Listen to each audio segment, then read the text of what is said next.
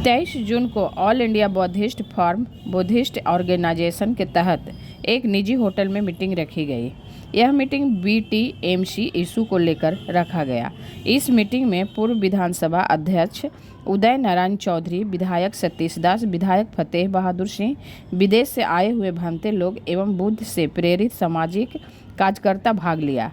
इस मीटिंग का मूल उद्देश्य बुद्ध मंदिर को बौद्धों के बीच समर्पित करवाना। फतेह बहादुर सिंह ने कहा, जिस धर्म का मंदिर होता है उस धर्म के लोग उसे मंदिर का हकदार होते हैं, फिर बुद्ध मंदिर पर बौद्धों का हक क्यों नहीं। विस्तार पूर्वक चर्चा किया गया। आगे आंदोलन के लिए भी तैयारी पर चर्चा हुई।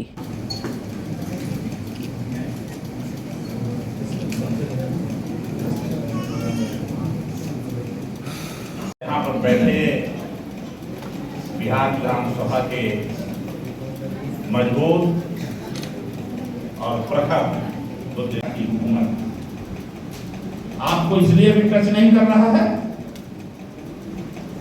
कि हमारी आबादी थोड़ी सी है, नहीं तो सभी अल्पसंख्यकों पर उसका लगाम तेज हो रहा है। लेकिन एक लगाम तो आपको तेज कर ही दिया, आपके FCRA को उसने लूटने का काम किया।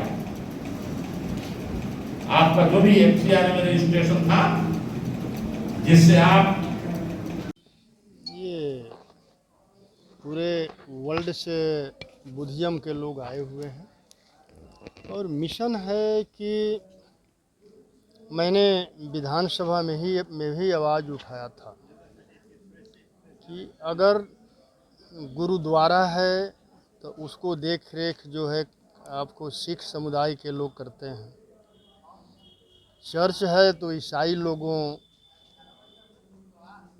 करते हैं और हिंदुओं का मंदिर है तो ब्राह्मण लोग करते हैं। तो जब बोध गया का महाबोधि मंदिर है उसको बौद्धिस्टों के हाथों में क्यों नहीं सौंपा जा सकता है। तो अध्यक्ष महोदय ने कहा कि फतेह बहादुर जी कि आपके जानकारी के लिए मैं बताना चाहता हूं कि जब देश आज़ाद हुआ तो उस समय नेहरू जी ने ही एक कानून बना करके ये लागू किया था। तो मैंने कहा कि जब कानून में बदलाव करके धारा 370 को हटाया जा सकता है तो कानून में बदलाव कर करके क्या महाबोधि मंदिर को बौद्धिस्टों के हाथों में नहीं सौंपा जा सकता है। तो ये जो बैठक रखा गया है, बोध गया का महाबोधि मंदिर जो है ये बौद्धिस्ट लोगों के हाथों में देने का और लेने के लिए इस बैठक को रखा गया है। और इसके लिए पूरे बौद्धिस्ट लोगों ने, जो पूरे देश से लोग आए हुए हैं, इन्होंने मिशन छेड़ा हुआ है कि हम लोगों को संविधान के साथ रहना है, बुद्ध के साथ रहना है, अम्बेडकर के साथ रहना है। और जो सरकार बुद्ध और अम्बेडकर पर काम करेगी, हम लोग पूरा देश में घूमकर उस सरकार को बनवाने का काम करेंगे। और मैं समझता हूं कि जिस दिन बौद्धिस्ट लोगों में ये क्षमता आ गया सरकार बनाने और सरकार गिराने का, तो देश में जितना भी बौद्धिस्ट धरोहर है वो सब बौद्धिस्टों के हाथ में होगा। अच्छा सर, इतने बड़े बौद्ध मंदिर में शिवलिंग का होना कहाँ तक सही है? मैं कह रहा हूं कि जब से RSS के हाथों में सत्ता मिला है, BJP सत्ता में आया है, ये पूरे देश को मनुस्मृति से चला रहा है, संविधान से नहीं चल रहा है। अरे अभी तो शुक्र मनाइए कि इनका 400 पार हार में देश की जनता, देश के बहुजनों ने बदल दिया, नहीं तो आप जो अभी वाइट ले रहे हैं वाइट लेने लायक नहीं रहते। और आगे भी आप लोगों को इसी तरह मेहनत करना है। आने वाला 25 सामने है। हम चाहेंगे कि आप सभी जो भी बहुजन मीडिया के लोग, बहुजन साथी हैं, एक होकर बिहार में इंडिया गठबंधन के साथ मजबूती से काम करिए। और मैं गारंटी लेता हूं कि अगर इंडिया गठबंधन का सरकार बिहार में बना तो महाबोधि मंदिर बौद्धिस्टों के हाथ में होगा। और इस मीटिंग में आप भी यहाँ पर प्रेसिडेंट रह चुके हैं BTMC एक्ट के, तो ये कैसे सुधार होगा? नमस्कार। मैं डॉक्टर बनते अशोक साक्या, प्रेसिडेंट बोधगया नगर परिषद।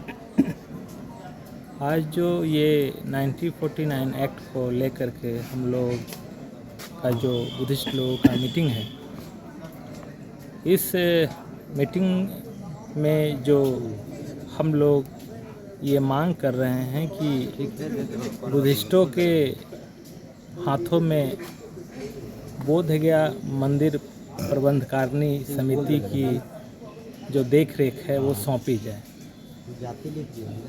क्योंकि सभी जगहों पे सभी धर्मों के लोगों को नेतृत्व दिया जाता है, तो बौद्धों के साथ ऐसा भेदभाव क्यों? बस हम लोग इसी को लेकर के चर्चा कर रहे हैं। इस विषय में हम माननीय मुख्यमंत्री नीतीश कुमार जी से भी मिलकर बातचीत किए हैं और ये मामला भी बहुत पुराना है और करीब करीब इस विषय में सभी लोगों को जानकारी है। बीता हुआ अतीत से ये मसला उठता रहा है, वर्तमान समय में उसी की चर्चा चल रहा है और हमें उम्मीद है कि भविष्य में इस पर समाधान जरूर निकलेगा, चाहे वो बिहार सरकार हो या केंद्र सरकार हो। एक ना एक दिन हम लोग मजबूर कर देंगे कि इस विषय पर वो बौद्धों के पक्ष में अपना फैसला सुनाएंगे और इनको हक अधिकार। बंटे जी, आप इसके अंदर मुखिया रहे हैं, उस समय पर आपने कोई डिमांड नहीं उठाई क्या? नहीं, मैंने तो अभी बताया कि हम उस समय भी जा कर के माननीय मुख्यमंत्री जी से मिले थे और मिलकर के इस बात को संज्ञान में पूरी ताकत के साथ दिया था और उनके मिलने के लिए भी कहा है। तो बुद्धिस्टों के कार्यक्रम में आया हूँ और आगे भी आते रहूँगा जब तक रहूँगा। और जो इनके हक और अधिकार हैं, जो आज़ाद भारत में धार्मिक आज़ादी सबको है, लेकिन बुद्धिस्टों को नहीं मिली है। जो उसके संघर्ष की लड़ाई है, हम उसका समर्थन देने के लिए आए हैं कि उनको मिलना चाहिए। किसी भी धार्मिक संस्थान में किसी भी दूसरे धर्म के लोगों का प्रतिनिधित्व नहीं होता है। जिस धर्म का धार्मिक संस्थान होता है, उसी धर्म के लोग उसमें रहते हैं। तो बुद्धिस्ट संस्थान में गैर बुद्धिस्ट कैसे रह सकते हैं? सवाल